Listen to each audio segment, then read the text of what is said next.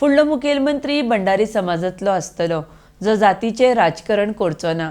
सगळ्या समाजाचे कल्याण करतलो, पुराय गोंयाक वांगडा घेवन फुडें सरतलो म्हण आपाचो निमंत्रक तशेंच दिल्लीचो मुखेलमंत्री अरविंद केजरीवाल उलयला। RDX गोवा खातीर वास्कोच्यान प्रसाद नायक। मैं कहना चाहता हूं कि गोवा के अंदर सबसे ज़्यादा संख्या भंडारी समाज की है। 30% से ज़्यादा संख्या भंडारी समाज की है। 60 साल से एक भी भंडारी समाज का सीएम नहीं हुआ। एक सीएम हुआ केवल 2.5 साल के लिए, एक भी सीएम नहीं हुआ।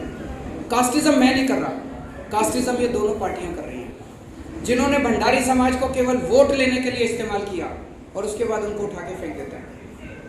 अभी कल जब मैं गोवा आया, एक रिपोर्टर मेरे से मिलने आया। आपको जान के शॉक लगेगा उन्होंने क्या कहा मुझे।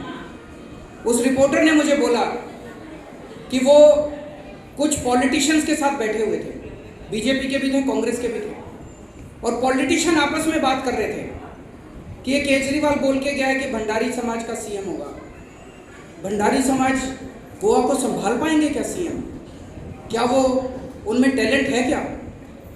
ऐसी बातें ये लोग करते हैं बैठ के। मेरा तो खून खौल उठा।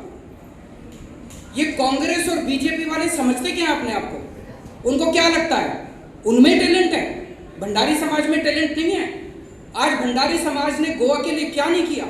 हर क्षेत्र के अंदर भंडारी समाज ने अपना नाम रोशन किया, गोवा का नाम रोशन किया। भंडारी समाज से वकील बनते हैं, इंजीनियर बनते हैं, डॉक्टर बनते हैं, पायलट बनते हैं, हर बनते हैं। तो ये लोग, इनको लगता है कि केवल कांग्रेस और बीजेपी के पास टैलेंट है। हर समाज में टैलेंट होता है। भंडारी समाज में भी टैलेंट है, ब्राह्मण समाज में भी टैलेंट है, SC समाज में भी टैलेंट है, सब समाज में टैलेंट है। तो अगला सीएम भंडारी समाज का होगा, और देखना ऐसा व्यक्ति होगा जो कास्टिज्म नहीं करेगा, सबका भला करेगा, गरीबों का भला करेगा, सारे समाज का भला करेगा, एक किसी कास्ट का भला नहीं करेगा, सभी धर्मों का भला करेगा और पूरे गोवा को आगे लेके जाएगा।